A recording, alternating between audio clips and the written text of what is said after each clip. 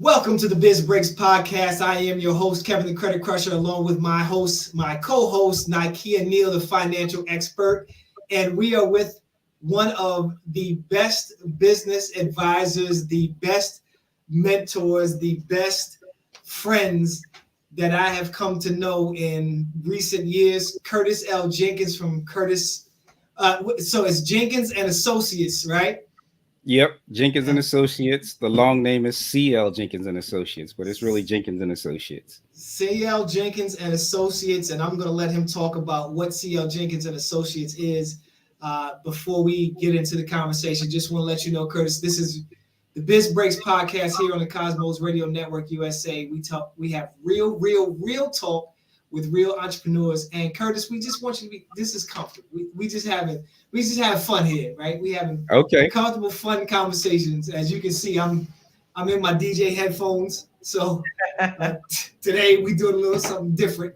I'm in my DJ headphones. So if you hear a scratch or a cut, just don't be alarmed. Get the party. Okay. But don't be alarmed if I start breakdancing if you do. This is what I want to see. This is what I want to see. I knew you had it in you.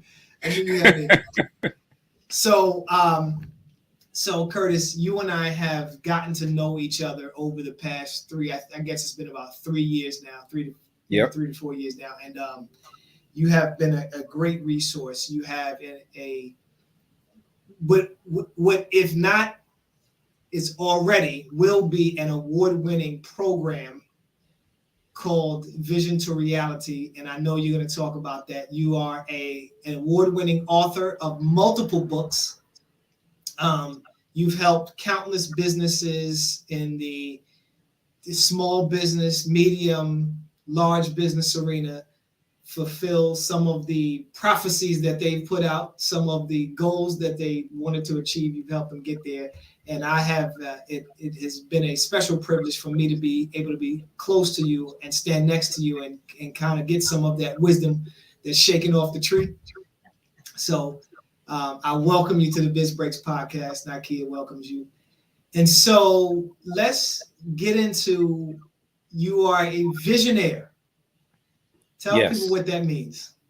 So a visionaire is a person whose lifestyle has been truly blessed as a result of being able to take what they envision and make it real.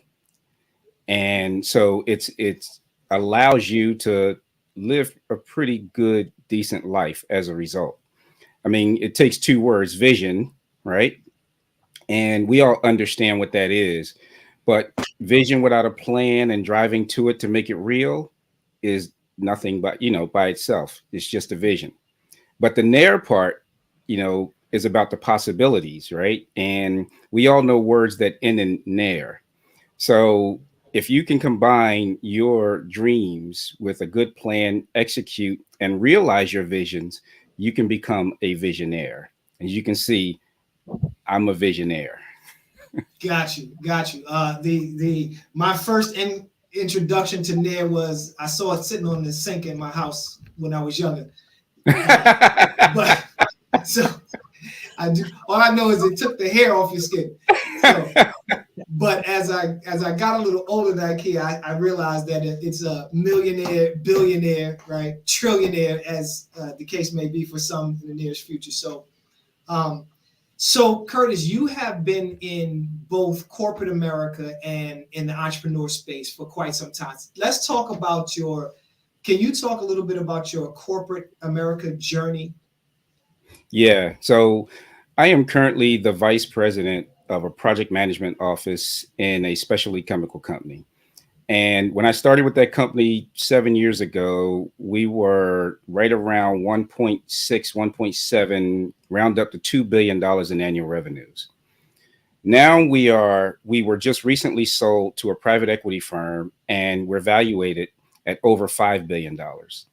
And so that journey just alone in the last 7 years has been tremendous, being exposed to and leading large acquisitions, being able to apply my craft. I mean, at the core of who I am is a professional project manager, which I've been doing for over 20 years.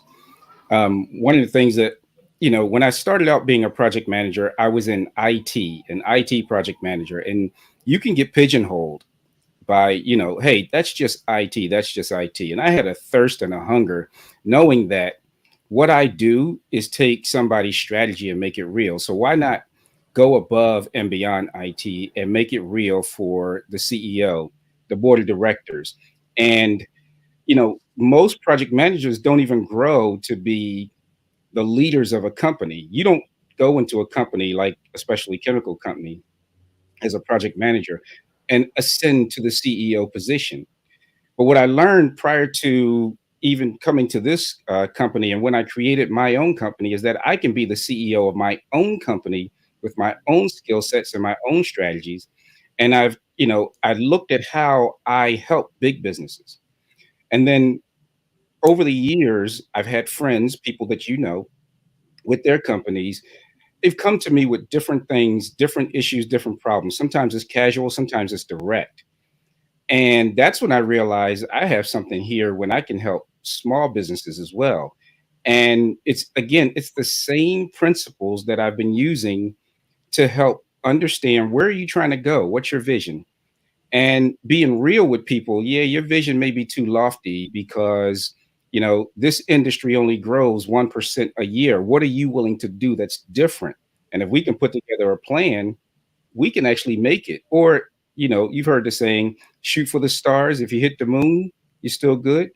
Mhm. And so after working with my friends and working with them in the capacity of organizing their talent, developing great plans, scenario planning, and even raising capital and or lending capital myself, because my personal job has allowed me to fund a lot of things that I do.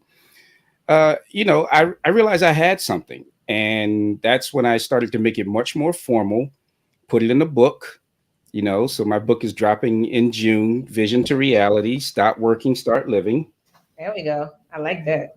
And the idea around stop working, start living is stop running around living payroll to payroll. Take a step back on your business. Take a look at it. Where are you really trying to go? Get the right people. Stop bringing your friends and family into your company that aren't looking at your company the way you look at it. Let's be real. Let's run this like a real company. Let's create a board of advisors like a CEO has a board of directors. Let's mirror big companies that grow to billions and let us go from 5, 6 figures to 7 and 8 figures. How, Curtis, how does the small business owner stop looking at themselves as a small business owner and start to look at themselves the same way they look at these major companies? I won't name any because one, that I don't get paid to name them, but two, I don't want to cause any liability issues. So how does a small business stop hiring or bringing on family members, friends, and start to look at themselves as a major business with $1 million revenues? So it's a good question, and it's actually a hard question because it's all psychological, right? And if you haven't had that experience of being in a big company, you just don't know. What you know is what you know, and you're scrambling every day just to make things happen. A lot of times when you get a friend or family, we like to hook people up with the thought that when we bring them on, they're going to help us out. They have the same value system and what we're trying to grow to. But the first issue that happens is you brought them on, but you haven't taught them the vision, and you haven't put together a set. They don't have your values, and you haven't articulated your vision enough where they are actually buying in. They're just coming in day to day doing a job. They don't link what they do to what the overall vision is, and they can't link it into what's in it for me other than that paycheck. So the other thing that the small business owner does is, look, I've been doing this myself this whole time. I don't trust anybody else. It takes a while to build trust, and you have to go out and get people, and you have to work over time to build that trust. The third thing that I find with small business owners is, you cash strapped. So the thought of paying market rates, that could be daunting as well. But if you don't figure out how to pay the market rate, people are going to leave for something else. So you got to spend time thinking about where you want to go. So let's just take, you got a plumbing business, and the typical avatar for my business, the person that usually comes to me, is somebody that's been in that business for 10, 20 years. And now they're thinking about legacy. How am I turn this thing over? I want to keep this business going. My children aren't really, into it. And, I go to work every day. You should be thinking about an exit strategy that includes maybe your children or somebody else, but thinking bigger, pulling yourself out, delegating, learning how to trust, letting people make mistakes, but focusing on how to run a business and not go into your day-to-day job. And running a business is so much different. How many times you run into people that cook well and say, I should open up a restaurant. You should open up a restaurant. And every time I hear it, I go, you're going to kill your dreams and your desires, because a restaurant is a low margin, high stress business. And if you're not a business person or partnered with somebody who's strong in business where you could focus on your passion of cooking, you're going to burn out. And I see that happen all the time. Ah, that's good. I just real fast what you said. It made me think about the cash flow quadrant, right? So yes, the entrepreneur, right? So with the self-employed person, it sounds like you really work on taking them from that self-employed person to really becoming, getting on that right side with, that's right.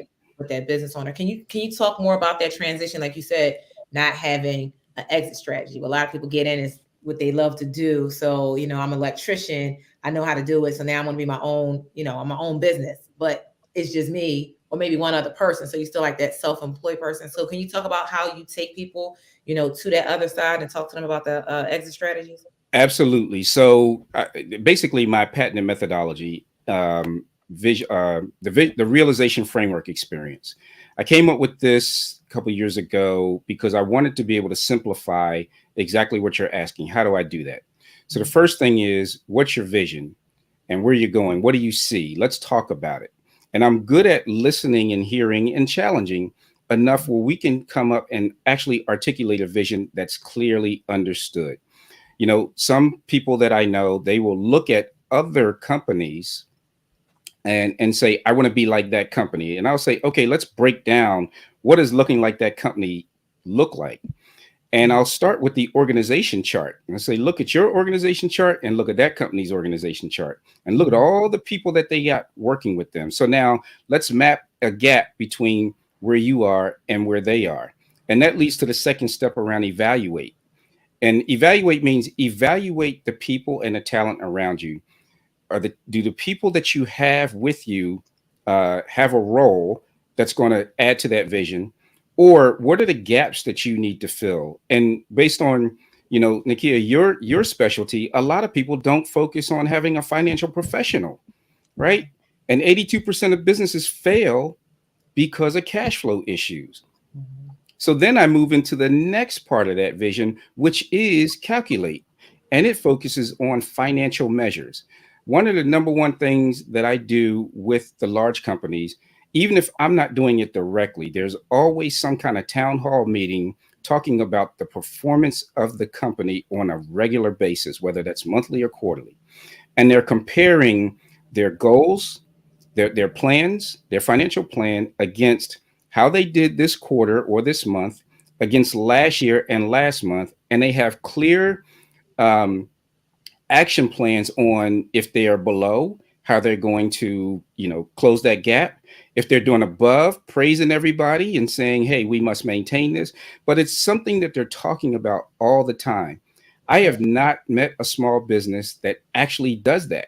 And so if you don't understand financial measures, if you don't understand the key terms that are, or the key measures, especially in your industry, how do you know if you're doing good or not?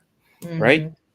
And I even say the companies, the small businesses that are making money despite themselves are actually worse off because money's coming in and there's no planning. And as soon as some negative event hit, then they don't know what to do. Right. Yeah. And just like, if you're a coach in football, you go into a game with a game plan. If you're getting your butt kicked, you make adjustments. Right. And so small business owners, if they don't have those cash flow plans, a budget, measuring working capital and gross profit and things like that, then you don't know what to do when you're smacked in the face.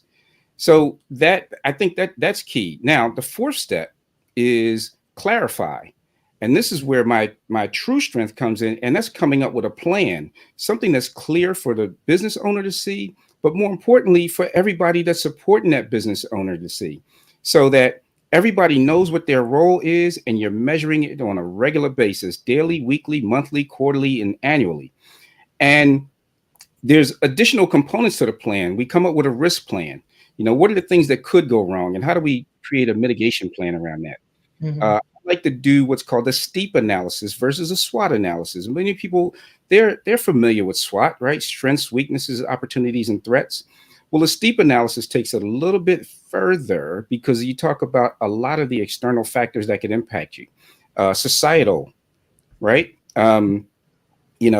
Economic. I mean, this COVID impacted a lot of people, right? Societally and economically.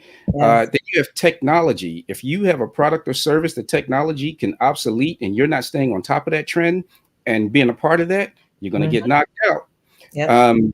So you got societal, technological, economic, environmental, and political, right? Who's in office and their policies matter. Right. How's that going to affect your business? That's right. And think about these things ahead of time from a strategy perspective. And look at that on a regular basis. Start running a business and start working in your business. And then the final step is realize if you took at those measures and you looked at it on a dashboard on a regular basis, you'll see how you're performing and you can adjust. But the other component is accountability. How many small business owners have accountability? How many have advisory board members? I have a personal advisory board team I call my League of Executive African American Professionals. And these are good friends of mine that we incorporated this when we were going golfing, but we would talk about business, we would talk about family goals, and now we formally bring our goals to each other. And the last thing I want to do is say I'm going to do something and tell my accountability group that I didn't do it, right? And so if small business owners can open themselves up and allow themselves to be coached and helped, they can be very successful. And I will tell you, there's a position that I've said that I'm in. I'm number one at being number two, right? I will never replace you as the leader of that organization. But if you need a trusted advisor, somebody that's by your side, that's going to be a Cato to your Green Hornet, that's what I do. That's good. You dropped a lot of gems right there. The Cato to your Green Hornet. That's the one. That's the scenario. I heard some references that gave me an idea that you are a sports guy at some point in time. Did you play football? Play football, yes. Play football, and now you play golf. I do. Okay. So what can you take from like football? There's like a discipline there. Like, did you play in school like organized football? Was it kind of like flag football? Thank you. I feel like I pull it out. I feel like you lobbed me a softball, right? So when I talked to Kevin, I said, "Is there going to be questions?" He said, "No, we just freestyling." But what you just said, if you look at my most recently released YouTube channel, Curtis L. Jenkins, my banner says, "Business is a team sport." And with a team sport, everybody has a role. And everybody has a role. And when I was coaching football, one of the things I would say is, who's the most important person in football? And people say the obvious answers around the quarterback. And I'd say it's the center, because nothing happens until that center makes something happen. But people disregard that person. Also, if the center moved out the way, where's that quarterback? Right. That's true. Right. So so as it relates to business itself, it's a team sport. You can't do it alone. I don't care how many times people say it takes me more time to teach somebody else. No, it takes you a lot of time this one time. Right. But let them roll with it once, and look, hire slow, fire fast. If it's not working out, you got to do something about it. Curtis, sorry, go ahead. Yeah, no, I was going to say, finish the answer with the golf thing, right? So I always thought I ain't gonna never be old enough to play that damn old man sport. That's what you say until you get to certain points. That's what I thought, right? I would see it on TV and fall asleep. Now Yeah. I watch every little detail of every pro because it's such a great sport when you're competing against yourself. Yes. Don't even look at who else you're competing. Even if you're with friends and gambling, you're competing with yourself. And this is how you make yourself better and better and better. So you said friends and gambling. So we should try to slide that. Well, I mean, when you golfing, people want you want gamble. You go, hey, a dollar a hole, right? What's your handicap? Where you at? My handicap is broken you left know what arm. that means? Because I do. Actually, no. Elevation, brother. Got to elevate. My handicap is around a 22. I like to tell people I am a guy who likes to play golf. I'm not a golfer because a golfer scores. Right. A golfer plays very well and he does it very often. I like it for the travel, for the camaraderie, the places that you can go and see and the beauty that's there. Right. I mean, every time I get to a new golf course, I just open my arms and say, this is where I'm at. I'm living a good life. So, Kev, I'm sorry, I ain't let you jump in. I got one more. I'm gonna let you go. I'm asking you these questions. The reason why I asked about golf is because I have a golf lesson tomorrow. Oh, okay. I am 43. It's miniature golf, but golf nevertheless. Don't be jealous. Just because Kev, Kev's jealous. Listen, some things happen on the golf course, and I'm sure that's the conversations, just people that you meet. And I feel like the time that I was out there is like me, this ball, in this club, and like that's it. So the noise of the world kind of just shuts out, and I'm that singular focus on that. And I like fell in love with that part. So I was all right, I'm gonna get some lessons and figure this thing out. So for me, what kind of tip can you give me? Like you said that you play golf, you like to travel, but you're not like a golfer. So what tips could you give me I'm a little competitive too. So I don't want to go out there and suck. Initially, I know I'm going to suck. I kind of do, but I got good techniques. I'm losing my softball techniques to help me with the golf because it's not really transcendent that much. But what kind of tips could you give me? First, I'm going to give you a little bit of confidence. I find that women are easier to teach than men golf. Men are typically more athletic, but we want to muscle everything. We want to alpha male it, right? So we tend to make more mistakes because of that, where women focus on technique. So focus on your technique and whatever your instructor is sharing with you, do it. Now, a good instructor will figure out how your body reacts to your technique versus somebody else. He can't make you into a Tiger Woods because you're not built like Tiger Woods, right? But focus on your technique. The number one thing you should be doing is having fun, though. I've seen people like just implode over the game, and the game is not easy, right? If you're not having fun, you're not going to enjoy it. You're not going to keep doing it. So make sure you're having fun. And so that's what you heard me talk about, me and my friends and what we do. And sometimes even, when we're gambling, $1 a hole or something like that. But I would say enjoy it. I tend to watch YouTube videos. I go in my backyard and do some practice in there. I even have a golf tech, over the winter. I got some lessons there. So any way that you can just practice and have a good time with doing it, but have fun doing it. Don't lose sleep over it. And no matter what your score is, enjoy the game and enjoy the people that you're playing with. Oh, I'm glad you said that because we went to go play. I had like one lesson, went to the golf range one time, and then he was like, oh, let's go. I planned for us to go out. So we're in the morning, early morning, we're out there, and it's a group that's coming up behind us. And he was like, oh, you're going to go first. I'm mad. I'm mad as hell. I'm like, you got me out here. I don't know what I'm doing yet. I got hit the ball. Like, I'm trying to hit it. I'm not missing it because I'm all in my head about it. But as it kept going, got better, just let people play through. And then I got at ease with it and I started having fun. But initially I was like stressing my life out because I'm like, you about to make me look stupid. There's people back here. I can't even hit the ball really. But then we teamed up with this other couple and they were really cool. And the girl, she had just started playing too. So she was like, let me use her clubs. And it was like a great experience. I was like, all right, I like it here. Let me Gotcha. I got one more tip for you. Okay. To relieve some of the stress. So first, I'm gonna tell you something. Those people that were behind you, yes, they were cussing you out. Yeah. because golf is a long game, and people want to get in and get out, right? Yes.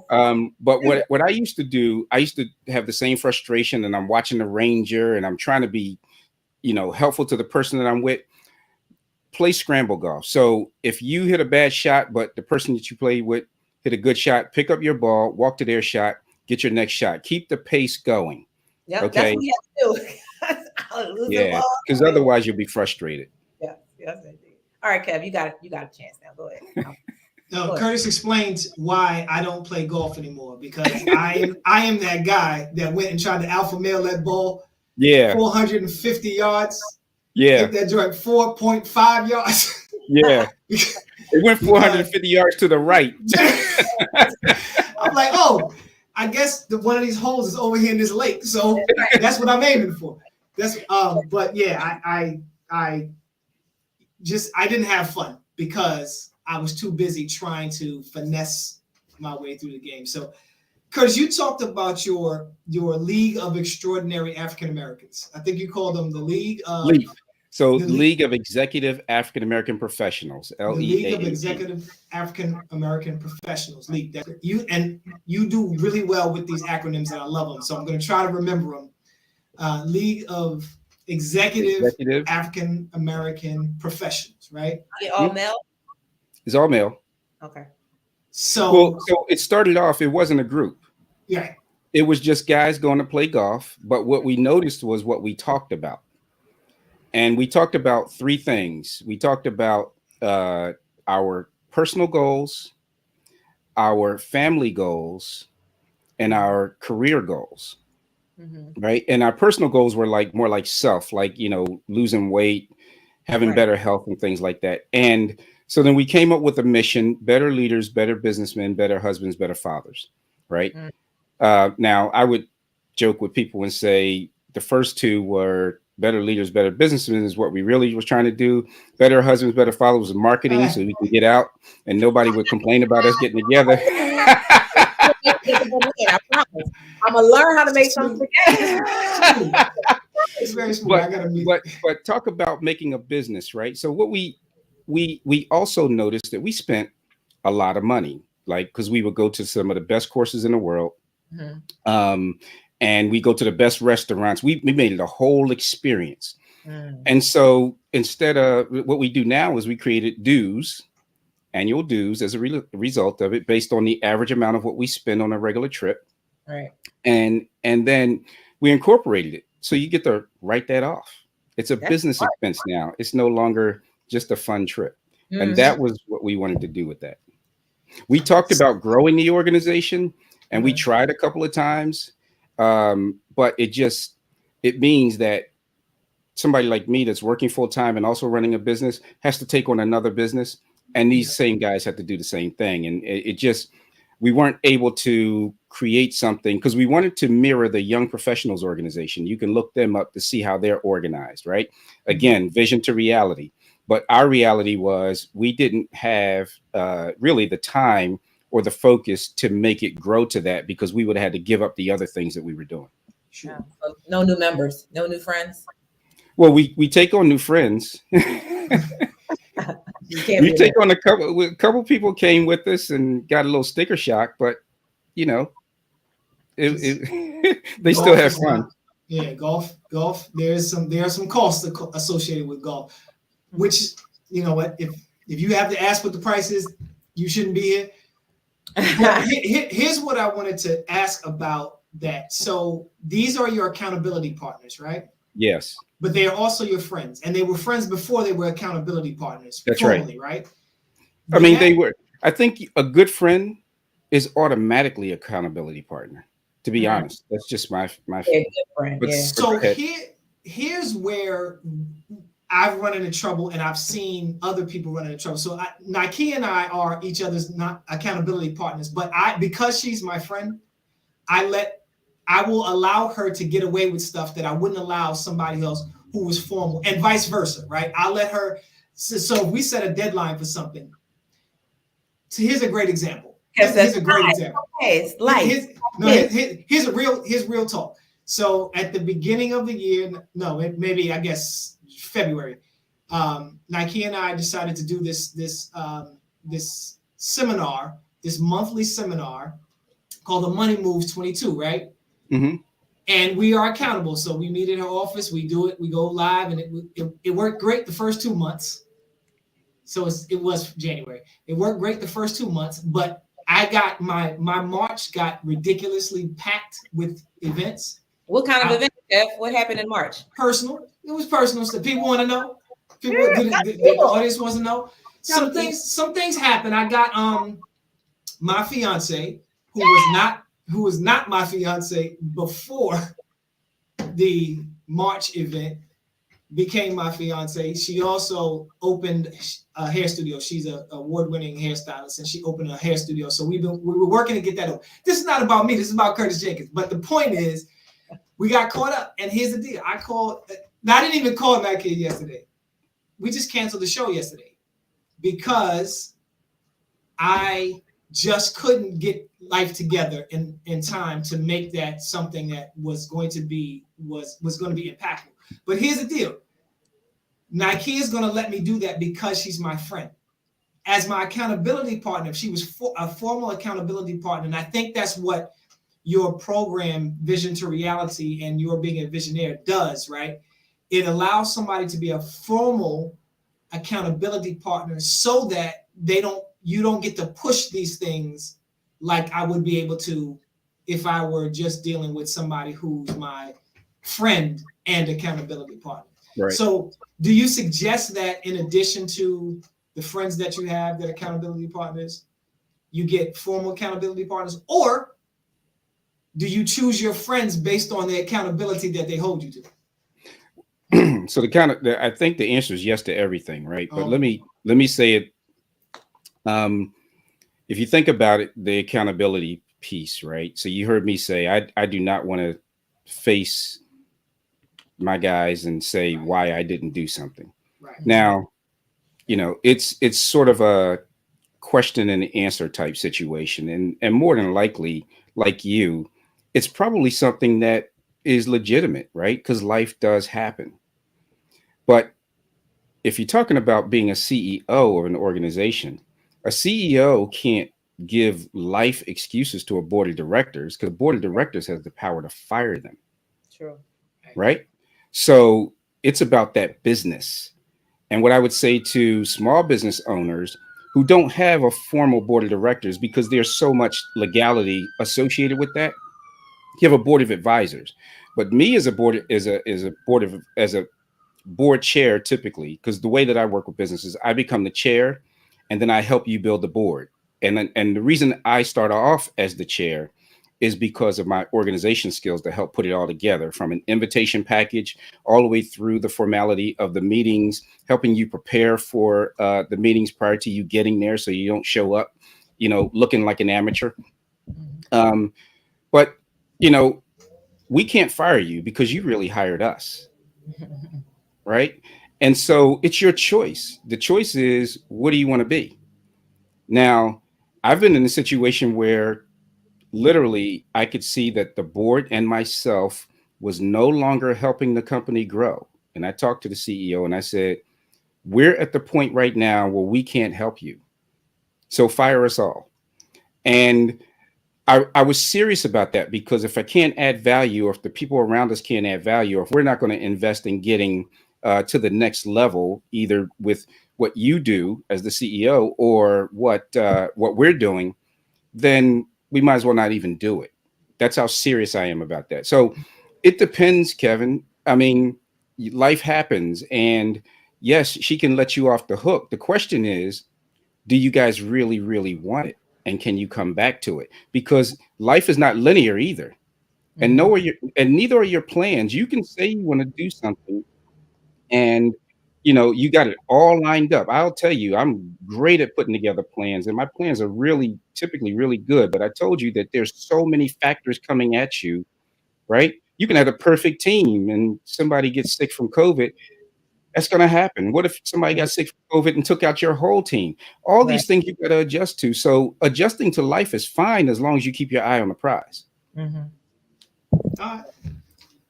So we got to make sure we hold each other accountable and don't let each other off the hook for some things. Mm-hmm. Oh yeah, and have real conversations. Yes. So how do you do that with your accountability group without saying, screw this dude, and I'm being nice with my language, screw this dude or screw this lady, or how do you do that? Well, so first of all, if your accountability group is killing it in the world with what they do, right? They're your friends, but you still kind of look up to them. And so you say, screw it. Why would you throw away those gems, right? Just take your lumps. And because what they're telling you is out of love, but also out of experience. So just, I'm tempted to say man up, but what I'm saying is be an adult and take it. And every time somebody wants to give you feedback, I mean, and if you've worked in a company, you're going to get it all the time. It's not always the right feedback. So some feedback you can accept, and some feedback you think about it and go, I appreciate you, but no, I'm good. I'm going this way. And, I can think of a couple of instances where I would say about 3 companies ago, I was told that I said too many ums and uhs in my conversation. And I would be a better presenter if I didn't do that. So I hired a coach to help me, and I watched bunch of YouTubes on people speaking. And what I found is that it's okay. It was actually okay. So, but I was in my head about what the feedback I was getting back from this person, that's their experience. That's what they're feeling. But I'm still getting my messages across. Right. So I became comfortable with it. And as long as I kept working on the craft so that I can have the ability to communicate what I'm trying to communicate, I'm okay with the ums and ahs. And I watch President Obama. He does it a lot. Yes. So Exactly. if I'm going to be somebody, I'm going to be somebody. Yes. That's right, Kev. You heard it? I heard that. Yes, I heard it. You said I'm a gem. Did you hear that part? I did hear that part. You're late, Kevin. You guys sound like y'all have a lot of fun working together. Oh my goodness. She's like the little sister I can't beat up. It's a whole Me Too movement. That's why I can't beat up. I got you. So Curtis, and that's my My is so, the word so. I use it a lot too. The cup, you're working in corporate America, and you are building your business. Yes. And you have I don't want to say the word luxury, but I use it for lack of a better term. The only reason I don't want to say the word luxury because you've worked to get to your place in corporate America, but your working in corporate America gives you the luxury of having some finance that you can inject into your business. How do you help the small business that they didn't jump with a 401k, they didn't jump with a retirement plan, they didn't jump with a severance that they could inject into the business? They're not working a full time, they're just working their business, they built it from the ground up, they bootstrap it. Is that different from how you would advise a business that can inject cash or inject some resources from their job? Yeah. So I will tell you, when I first started Jenkins and Associates, the brother was broke. That's real talk. We appreciate that. That's the real talk we're talking about. I had vision and no nair. The brother was broke. Let me tell you about it. I have vision and no nair. And I could tell you stories like, the first story I'll tell you is I remember when Obama first got elected, 2007. I had just moved into this new house, and I started working for one of my mentors, who I just released a podcast about, Dave Eustace. I worked with him and took a severe pay cut, but I took that severe pay cut because learning what he knew as a chief operating officer, I knew that I would be very real. I could make that money up later on. Sure. Okay. And so he paid me just enough to live. Seriously. And I had, and you know me, Kev, I had a little spreadsheet, red, yellow, and green, and it was all red. I had $107,000 worth of debt, not including the new mortgage of the $205,000 that I had just bought this new house. So I'm sitting in this house with no furniture, but one couch and a whiteboard. And if you can see behind me, the whiteboard is my thing. When I get it on a whiteboard, that's where the vision starts and then reality comes. And I wrote down, look and see where the stimulus funds are going, because that's where I'm going. And that's when I ended up through a connection into Amtrak. And I went there as a consultant.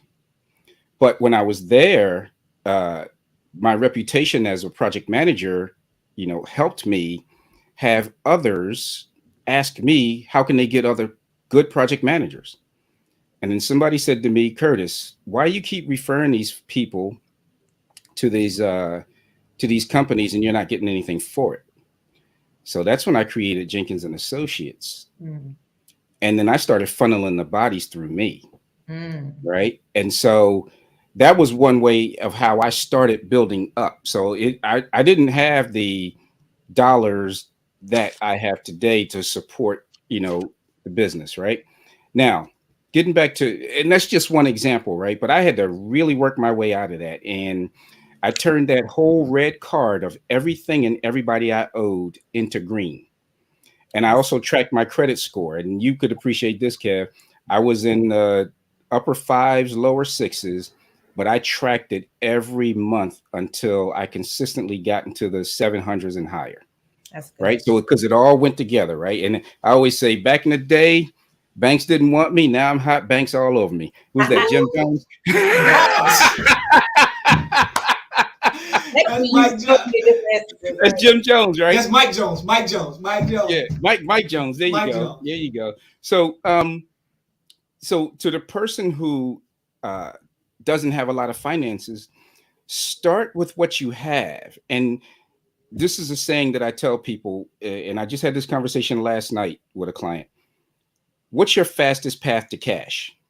Right. So what people will do is take money and they'll say, I got to get a website and I got to do marketing and I got to do all this. If you already have business and contracts, just work the contracts and get the money and focus on getting the money in your hands and focus on how to slow down taking the money out of your hands, but don't be penny wise and pound foolish. So just like I told you about taking that big pay cut with Dave, look, I call that tuition. That was the price of me paying for being with him. And he taught me a lot. And if you listen to that podcast with Dave Eustace, you'll hear me talk about that story and the things he's taught me and how it's made a big difference in my life. So, entrepreneurs, if you don't have a big budget, but you have a good product, focus on that product and selling that product, but don't put a lot of dollars into your operation that don't bring back value. How you spell Eustace? Eustice. One more time. Eustice. Yeah, I had that all wrong. That's why I asked. I was like, this can't be right. I'm not sure where I saw that name recently. So get real fast. You might have saw it when I sent you a link on it, Kev. Oh, that makes sense. When you talk about the whiteboard, right? Yeah. Like I got my whiteboard, in that vision. Mine's gotta be whiteboards. Racial.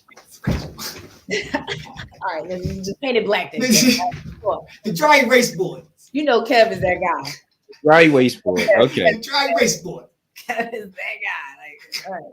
But so with the whiteboard and that vision and like making it clear, like you use a lot of words of like just being clarifying, being very clear about your vision, all of those things. Because when you talk to someone who's in business who is good at certain things or has like great ideas but lacks that like vision, like how do I get simplified in the vision? Like what kind of strategies or steps can they do? Because we hear it all the time when people say that, but it's not as easy as said. Like, I know that's something that I've struggled with. So how do you talk to that person about like really zoning in on what that vision is and making it clear to yourself? Well, remember, I said you can't do it alone.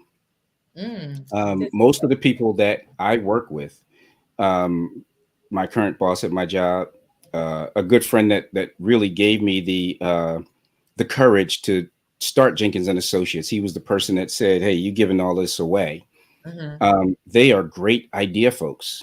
They got ideas oozing out of their socks. But if you don't partner yourself with a great executioner, ideas just fall to the floor. So if you're not, I mean, that's where I'm strong. I'm better at being an executioner than I am a visionary. What I'm good at is, if you tell me, this is the project manager, what it is you're trying to achieve, then I start to formulate what the picture looks like in my head. I use the whiteboard as a way for both of us to see the same thing. And I start drawing it out, and I'll draw it out with arrows and everything down to the, okay, we see the same thing. And then now let me help you with the execution. Here's your role in this, and here's my role. And to give you a more recent example, I work with a client who can, better than anybody I know, develop business. And they're trying to develop business, run an operation, do cash collections, do customer. I'm like, no, you need to organize where all you do is develop business. Right. But you got to have a team that you can trust. Right. And finding those people aren't easy, but that's what you got to focus on to get yourself out of that day to day. Because if you did that, you could double, triple, quadruple your revenues, because that's your skill set. You are very good at that. So I say, take your strength, understand it, and work your strength, and then surround yourself with the pieces that make it the whole pie sustainable. No, that's good, because it's not that I got to do it from the muscle myself. It's my vision. It's like you said, it's that team. It's like, sports. I got 3 whiteboards right in my office, so I get that one right in front of me, one on the side. Kevin making fun of me, but it's something about being in front of a whiteboard. You can write it out, and when you're talking to somebody, like if I'm talking to you in my office, I'm like, I'm right to the whiteboard. Like, turn your seat around, and as I'm speaking, it just does something. It's just connect in that way for me. And it's a visual tool to allow you to, again, you said you share it with people. They see the same thing you see, and you can have a discussion about it. You can focus on it, and that's how I like using it. Me too. Go ahead, Kev. I see those wheels churning over there. I just really appreciate what Curtis does, because again, I know Curtis. I've known Curtis for some time, and I've watched him do. I actually know the client that he's talking about, and I've watched that client do what that client wasn't able to do before Curtis and he got together. And that client happens to be somebody who I look up to and say, I am trying to do what he's done already. And I know with working with Curtis, that makes it great, because when I get to what he's done already, he will have done the next thing, and I can say, you know what, now I'm trying to get to this thing. That's right. So it's like a blueprint. He's the blueprint, right? We are in total different industries. Our industries work completely differently, but the focus and the goals are very similar. Right. And so me being able to watch Curtis do his thing, I know that I'm going to get there, because all I have to do is watch them do what they do, replicate it. Of course, that doesn't stop me from becoming a client, Curtis, and we have talked about that. I'm just working out some things. But so Kevin, let me tell you something. I've watched you. I've met with you. I've seen what you're doing, and you can tell everybody, because this is true. Every time I see you do something, I send you either a text, a Facebook, and commend you for what you're doing. You are putting yourself in a position to be a key person of influence in your field. Keep doing what you're doing. Okay. Even when your emails come through, right? I'm like, yeah, Kevin, you're being prolific. And that's what matters. right? You didn't back down. And then I try to promote you when you recently put out there for people who wanted to, hey, if you want to own your own business and work with me and credit and stuff. And I liked, shared, and commented because I was like, hey, this dude has a great business model. If this is what you're thinking about, just go ahead and do it. Mm-hmm. And so, I mean, yeah, you're not writing me a check, but you're a client. Nykeia, this is what I want to say, which is why I needed to have Curtis on. Mm-hmm. He does. Every one of our guests brings something really special, right? They bring the skills, but they also bring this something that's really special. What's really special about Curtis is what he just said. Mm-hmm. If he views you as a friend, an ally, a partner, or whatever capacity he views you in, he is going to do everything in his power to promote you and still do all the things that he's doing to promote himself. Right. That is a wonderful trait. That's character. That's not, I don't think that's a skill, Curtis. I think that's character. And that's what you brought. This is why it was important, absolutely necessary to have you here, because you can teach skill. Mm-hmm. Character has to be developed, right? And you've developed this thing, this trait in your character that I really commend. And so I appreciate you sharing. I appreciate you commenting. I appreciate you responding, taking the time out of your life to do so. And I'm hoping that I can add that to my repertoire as a skill, and eventually it become part of my character. It is part of your skill. I mean, the fact that you're having these guests and you're showcasing, Kev, I used to think you were a little bit shy, and you had me fooled. There's nothing shy about you. You got it going on with these shows and what you're doing. And, so you have that character. You're doing it. And you have the passion. I mean, I listened to you say how you want to help Black people with their credit and, your book that you wrote. You have that character, brother. You are already doing it. So why wouldn't I want to be a part of that? Because look, I'm riding that boat too, right? The rising tide lifts all boats. All boats. That's right. So you just keep doing what you're doing. And admittedly, when you were having the show, and I was like, man, when is Kevin going to ask me to be on the show? I want to be special like everybody else. So this is what I did, Curtis. You are here purposefully and deliberately, right? I said we need to.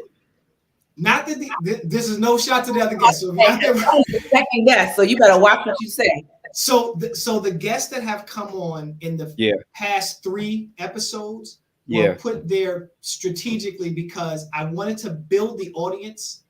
I wanted to get them access to this group of people, and I wanted to develop the personality. Nykeia and I have been talking about this over the past month. So we started in January, but we didn't really know what the personality and the anatomy of the show was going to be. Now we've gotten it, and the guests that we've had on in the past few weeks have been deliberately placed there so that they could take advantage of the personality of the show. Because I think we're starting to get it now. Yeah, we're starting to get it right.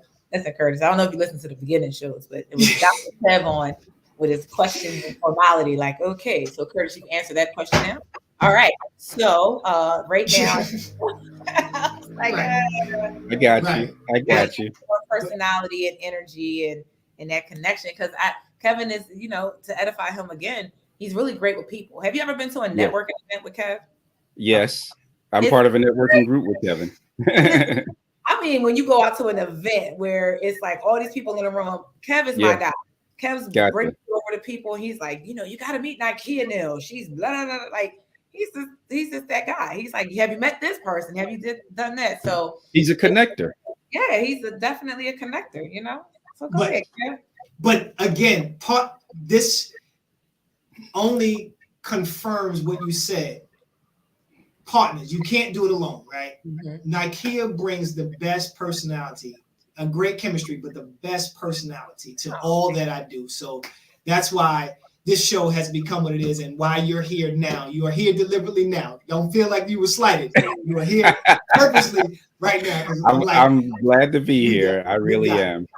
So Before we let you go, Curtis, we want to do two things. One, we want to do our fast four. It's we're going to ask you 4 questions. We want you to answer them quickly, succinctly, right? Question number 1, a book that's had a great impact on your life. And if it's yours, that's fine.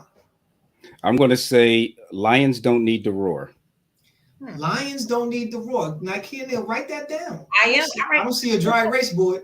I take notes, okay? Lions Don't Need to Roar. I love it. I know the concept. I haven't read the book, but I can already see the concept. Okay. Tool or resource, and I think I know what it's going to be, but tool or resource that's very valuable for you. Tool or resource. So I'm not going to say the obvious, which is the whiteboard. Wait, that's what I thought you were going to say. Tool or resource that's very valuable. I would say your mobile phone, as you use notes to take notes every opportunity you can, to listen to your books whenever you have an opportunity, and to help you navigate, not only through the streets, but I think the mobile phone, the way it has come today, and not scrolling through social media, you have so many tools that are available to you that you wouldn't have had in the past. Awesome.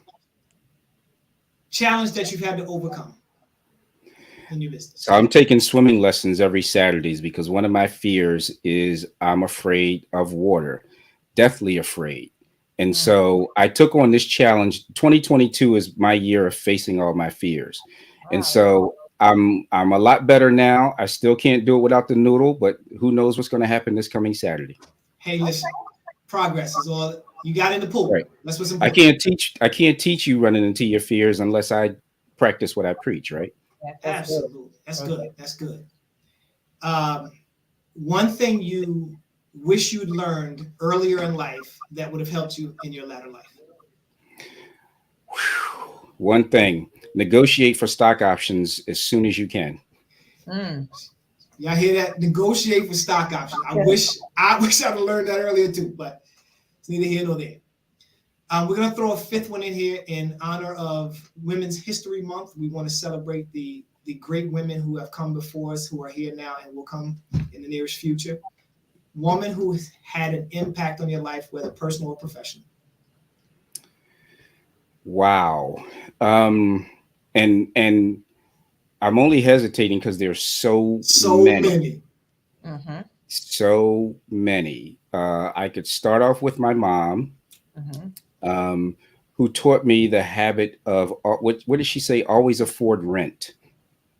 And this was when I complained to that my grandmother asked me, I started working and she wanted me to contribute to the house. I was like, I can't afford that. My mother's like, always afford rent. The other thing, my mom was very, very disciplined in saving. I mean, I think if I had even followed, I think I followed about 50% of what she did. If I'd have followed 100%, man, the money that goes out the door wouldn't have happened. Now, on the flip side, I follow my mom, and my mom is a generous giver, and she's an over giver. And so I had to learn too, not to be on that side, because now she's on the other side of that. She saved well, but she gave it away to people trying to save everybody's life. Sure. That's good. Well, we say hats off to your mother. She's done a phenomenal job raising you. You are a light and a gift to the world. So we appreciate you. Curtis, tell everybody where they can find you if they want to. Time out. Time out. Get a little TO real fast. I need you to bring your book back up. I think after books. So let's talk. He's an accomplished author. So let's talk about all the books. Vision to Reality. Yes. Vision to Reality coming soon. Right. Stop working. Yeah. So this book is dropping June 28th. I'm going to have my book signing at the Pyramid Club on June 24th. Oh. But they're available for pre-order, and I would encourage anybody that wants the book. I know people want me to sign the book, but if you went where books are sold, bookstores, online, and pre-ordered the book, then it puts me in a better position of becoming a bestseller. Yeah, hear that? Call to action. Here's the other. This is the first book I wrote. The only job search book you'll ever need. And I boldly titled that because it's about using marketing techniques, right? Because the job search is going to change over time, you know, what people do with resumes and things, but marketing yourself. So going back to my book, Lions Don't Need to Roar, is about how you brand yourself as being a key person of influence in your field, where jobs look for you, you don't look for jobs. That's good. Very good. Very good. So 2 And books. then, yeah, I was going to just add around Instagram, the Curtis Jenkins, and Facebook is Curtis L. Jenkins, as well as YouTube, Curtis L. Jenkins. Absolutely. Like, subscribe, share, follow on all of the platforms. Curtis, thank you so much for coming on. We will definitely have you on again. It's you know how I feel about you, and you're helping me get through life. So I truly appreciate it. Again, you can follow him at the Curtis Jenkins on Instagram. He's Curtis L. Jenkins on Facebook. He is Curtis L. Jenkins on YouTube as well. Yep. Yep. And so, Curtis L. Jenkins on LinkedIn as well. On LinkedIn, and you can get the books. Just look them up by name or look them up by title. We'll put this in the caption of the podcast when we edit it. As always, you guys can find us on the Biz Breaks Podcast, the Cosmos Radio Network USA. I'm going to make an announcement today. As of next week, we are going to Wednesdays at 1 p.m. That's where you'll find us. Look out for the flyers. You can find us on all of my social media platforms. The name Premisien, you guys know how to spell it, but I throw it out there again. It's Premisien. You can find us everywhere: the web, Instagram, YouTube, Facebook with the same name, Twitter. We're there. Nykeia Neal, tell them where they can find you. Why you ain't plug me? You did all Curtis and you did yours. You Nykeia Neal, she's at Nykeia Neal on Instagram. She's Nykeia Neal on Facebook. She is Nykeia Neal on where? Oh, it's nykeianeal@gmail.com if you want to find her via email. That's my people. Yeah, I don't slight you. That's my people. So see that accountability, Kev? Yeah, she got me. See, now she wants to press the mark. That's all I need. Yep. Join us on Wednesdays, starting next Wednesday. Join us on Wednesdays, 1 p.m. Eastern Standard Time. You can see us again at YouTube. The YouTube channel is Premisien.com, youtube.com/Premisien Credit Counseling. That's where you can find us. Stay tuned until next time when we come with real talk with real entrepreneurs on the Biz Breaks Podcast.